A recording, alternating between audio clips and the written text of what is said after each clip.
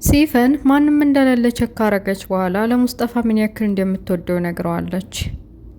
ጀሪ ተብዬዋ እንግዲህ ብሌንን ለማባረር አቅዳለች።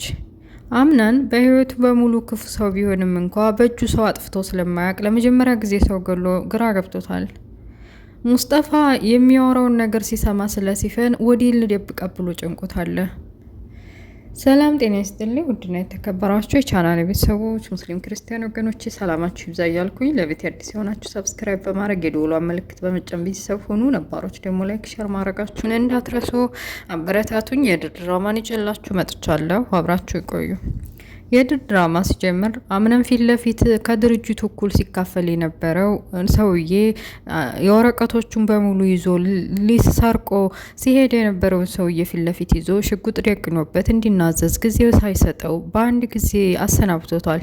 ሰውየውም የመለሰው በቃ አንተ ሁሉም ነገር አለህ፣ ሁሉ ነገር አለ፣ ገንዘብ አለህ፣ ቤተሰብ አለህ። እኔ ግን ቢያንስ እንኳን ገንዘቡን ላግኝ ብዬ የምፈቅድልኝ ብጠይቅ ስለማሰጠኝ በዚህ መልኩ ማገኝ መስሎኝ ነው ተደብቄ አንተ እንደዚህ ያደረኩ ብሎ እውነቱን ነግሮት ከበስተጀርባው ማንጋ እንደሚሰራ ሜርሲም ተብዬዋ እንዳለችበትና ቃልም እንዳለበት ሊነግረው ሲል አምነን ትዕግስቱን መቆጣጠር አቅቶት በአንድ ጥይት ገሎታል። ከገደለው በኋላ ማንም ሳያየኝና ወደ እስር ቤት ከመግባቴ በፊት ብሎ የገደለውን ሰውዬ ኮፈኑ መኪና ውስጥ ደብቆ እና ዛሃራ ጓደኛ ልጅ ጋር ደውሎ ፈልጋለሁ ቶሎ ብላ አሁን አስቸኳይ ችግር ውስጥ ገብቻለሁ ብሎ ደውሎ እንዲመጣ አድርጎታል። ከመጣም በኋላ የተፈጠረውን ነገር ነገረው። ልጁም ቢሆን በቃ መደናገጥ የለብህም ባይፈጠርና እንደዛ ባታረግ ራስህን ብታረጋጋ ጥሩ ነበር፣ ግን ደግሞ አንዴ ተፈጥሯል የገደልከው ሰውዬ ወይን ነው ብሎ ከመኪና ኋላ እንደሚቀመጥና ምን ማድረግ እንዳለባቸው ተማከሩ። ራቅ ያለ ቦታ ጫካ ውስጥ መቅበር እንዳለባቸው ሰው ሳያያቸው ይህንን ነገር ማስወገድ እንዳለባቸው ከተነጋገሩ በኋላ ጫካ ውስጥ ቆፍረው ቀብረውታል። እጁ የተንቀጠቀጠ በህይወቱ ህይወትን በሙሉ ብቻውን ቢጋፈጥምና ብዙ ጣውረዶችና ስቃዮችን ቢያንገላታም እንኳን በህይወቱ በእጁ ሰው ገሎ አያውቅም እና ለመጀመሪያ ጊዜ ሰው ስለገደለ እየተጸጸተ የሰው ህይወት እኮ አጠፋሁኝ አድርጌ የማላቀውን የሰው ህይወት አጠፋሁ፣ ሰዎች ክፉ ያደርጉሃል እያለ ለዛ ለልጅ ያለውን ነገር እያጫወተው ያ ልጅም እንግዲህ የሳይኮሎጂ አስተማሪ መሆኑን ስለሚያውቅ በቃ ራስህን አረጋግተህ ወደ ቤት ምንም እንዳልተፈጠረ መናገር አለብህ። በዚህ ሁኔታ ቤት ገና ስትገባ ሁሉንም ነገር ያውቁብሃልና ስለዚህ ማንም እንዳያቀብህ ተረጋግተህ መግባት አለብህ ብሎ አረጋግቶታል። ጀሪ ተብዬዋ እንግዲህ ወዲህ እያለች ባሌን አይኔን እያየ ልቀማኝ ነው ብላ ብሌን ተብዬዋን እንግዲህ በየትኛውም አጋጣሚ ከቤት አስወጣታለሁ ብላ ቆርጣ ተነስታለች። ሰላም ልትላት መጀመሪያ ቀድዋና አላማዋ ቢሆንም እንግዲህ ብሌንን ከደረጅ ላይ ወሩሪ አደጋ ያደረስኩባትና እንዲትረሳ ያደረኳት እኔ ነኝ፣ ይህን ነገር ደግሞ ይቅር ምትለኝ ስንከባከባት ነው ብላ ለራሷ ቃል ገብታ ቢሆንም እንኳ አሁን ሀሳቧን ቀይራለች። አምነን ወደ እሷ እየተጠጋ ነው። ልቡ የሚመኘው በቃ ብሌንም ብቻ ነው። ጀሪ በተፈጠረችበት እና በየት በኩል እንደሆነች አይመለከታትም። የወረቀ ሚስቱ ናት እንጂ በቃ የልቡ ንግስት አላረጋትም። ይሄ የተሰማት ጀሪ ተብዬዋ ብሌንን ለማስወጣት ክላሷ ድረስ ሂዳ ሰላም ካለቻት በኋላ ብሌን የምታውቀውና የምታስታውሰው ነገር ስለሌለ እንግዲህ ሚስጥረኛዋና አምነን የመጣ መስሏ ሚስጥረኛ ላይ ያለች ስትጣራ ጀሪ ደም ለብሳ ምን ብለሽ ነው የምትጣሪው? ስነ ስርዓት ሊኖርሽ ይገባል። ቆይኔ ሚስቱ እያለሁኝ አንቺ እንዴት እንደዛ አልፈሽ ስም ለማወጣጣት ትደርሳላችሁ? ስርዓትሽን ይዘሽ ከዚህ ከቤት ምንም ነገር ሳትይ ባሌን ሳትነጥቅኝ መውጣት አለብሽ ብላ አስጨንቃታለች። ብሌንም ቢሆን እውነት ባልሽ ነው ወይ? እኔ እኮ ስለማላቅ ነው ይህን ያክል የተቀራረብ ነው ሰው ባላይ ነው እንዴ? በጣም ቀርበው ነበር እኮ እያለች ስትነግራት ጀሪም ተብዬዋ ባሌ ነው፣ ህጋዊ ባሌ ነው፣ የዚህ ቤት ባለቤት እና እማወራኔ ነኝ። ስለዚህ የማግዝሽ ገንዘብ ነገር ካለ ገንዘብ ወሩሬልሽ ድራሽሽን አጥፍተሽ ለማንም ሳትናገሪ ከዚህ ከቤቱ ልቅ በይ ብላታለች። ይህን ነገር ስሰማ ብሌን ራሷ መቆጣጠር አቅቷት እያለቀሰች እንዴት ሳይነግረኝ ለምን እንደበቀኝ እያለቀሰች እሺ ደግ ብላለች። ጀሪ ስለተፈጠረውና ባልሽን እንደዛ አጠገቤ እንግዲህ ሚስጥረኛ እያልኩም ስለተጣራሁኝ ይቅርታ ብላ ነገሮች እስከሚመጡና ምንም መጥቶ እውነቱን እስከምትጠይቀው ድረስ እየጠበቀች እያለቀሰች ከክላሷ እንድትወጣ ነገረቻት።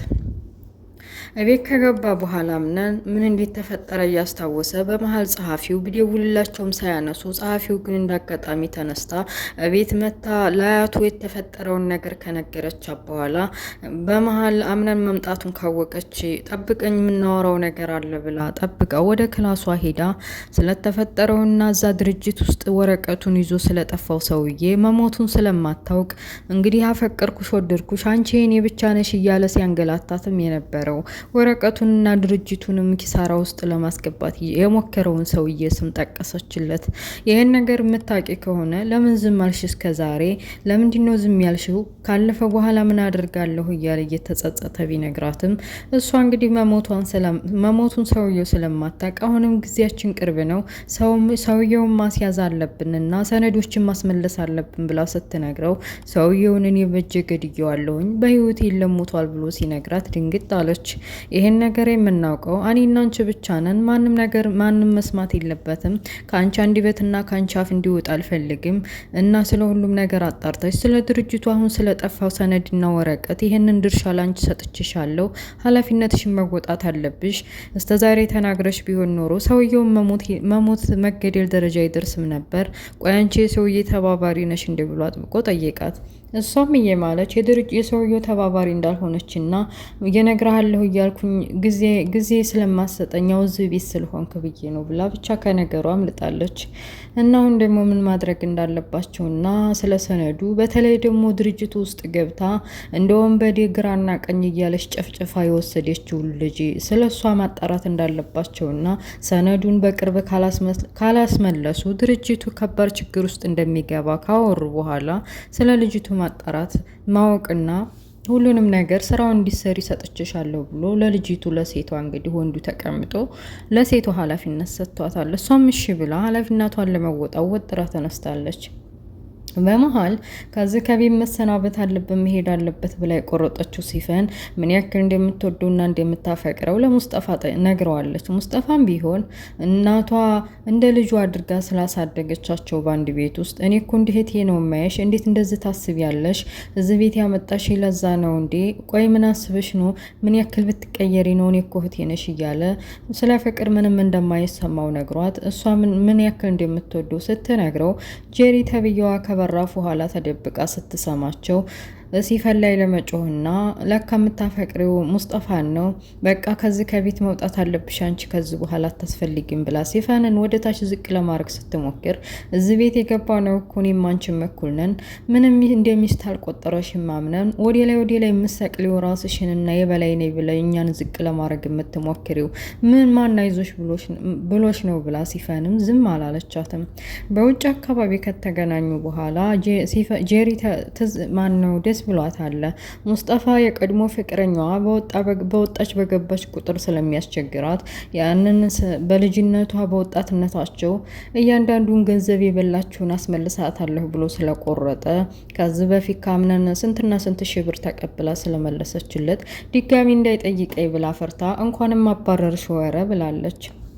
በመጨረሻም እስኪ ሰላም ልበላት፣ የተፈጠረው ነገር ተፈጥሯል፣ ከነ ችግሩና ከነ መከራው እንዲያታቅበት ራሱን በራሷ ተቆጣጥሮና የውስጡን ችግር አፍኖ አምነን ወዲም ፕሌን ክላስ ከገባ በኋላ ሰላም ከተባባሉ በኋላ ዛሬ ሰው እንደገደልና ችግር ውስጥ እንደገባ ውጣ ውረዶች እንዳጋጠሙት ነገራት።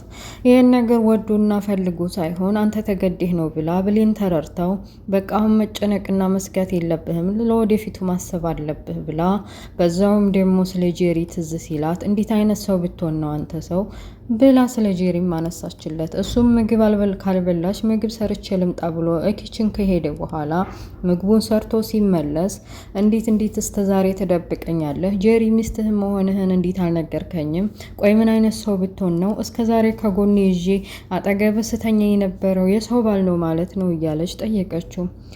ብሌን ስለማታስታውስ አምነን ግዴታው መናገር ስላለበት በተለይ ደግሞ ወደ ቤተሰቦች እሄዳለሁ ወደ ሌላ ቦታ እሄዳለሁ ብላ ስትነሳ ከዚህ ቦታ ምንም ወይት መሄድ የለብሽም። እኔናች እኮ እንዲህ በቀላሉ የምንራራቅ ሰዎች አይደለንም።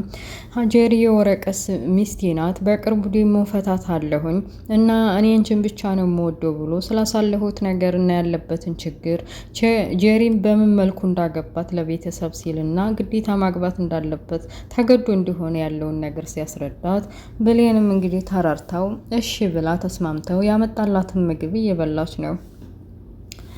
በመጨረሻም ከዚህ በፊት አምነን አጣራለይ ብሎ የነበረውን የሲፈንን እናስምና በምን ምክንያት እንደሞተች ልጇ ማን እንደሆነች ተጣርቶ ስልክ ተደውሎ ሲነገረው አግኝተንልሃል ብሎ ስለ ሁሉም ነገር አጫወተው።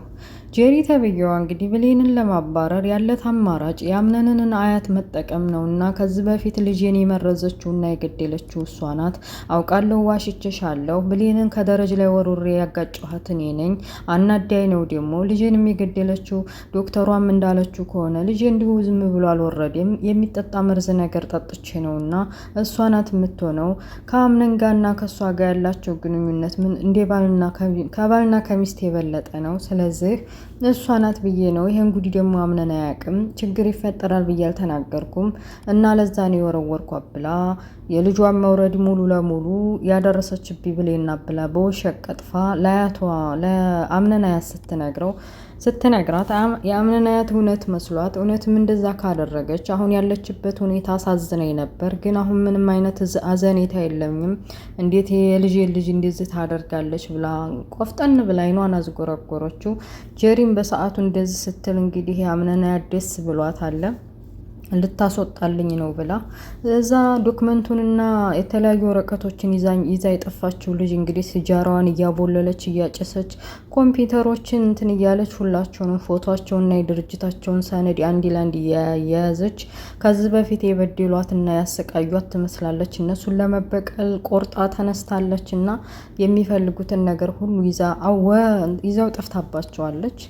ከዛ በተረፈ እንግዲህ አምናን ስልክ ሲያወራ ሲፈን እንደሆነች እና አብራቸው እንደምትኖር ነግሮታል። ይሄንን ሲሰማ የነበረው ሙስጠፋ ባጠገቡ ልፍ ሲል ምን ማድረግ እንዳለበት ጭንቆት እየተውረበረበ አምነንም ስልክ ይዞ ስለ ሲፈን አብራቸው እንደምትኖር እየሰማ ድራማው ያልቃል።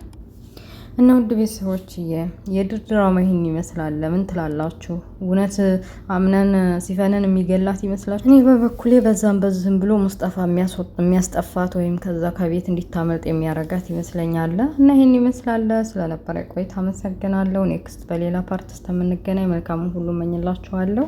እስከዛው ላይክ፣ ሼር፣ ሰብስክራይብ ማድረጋችሁን እንዳትረሱ። ባይ ባይ፣ ቻው።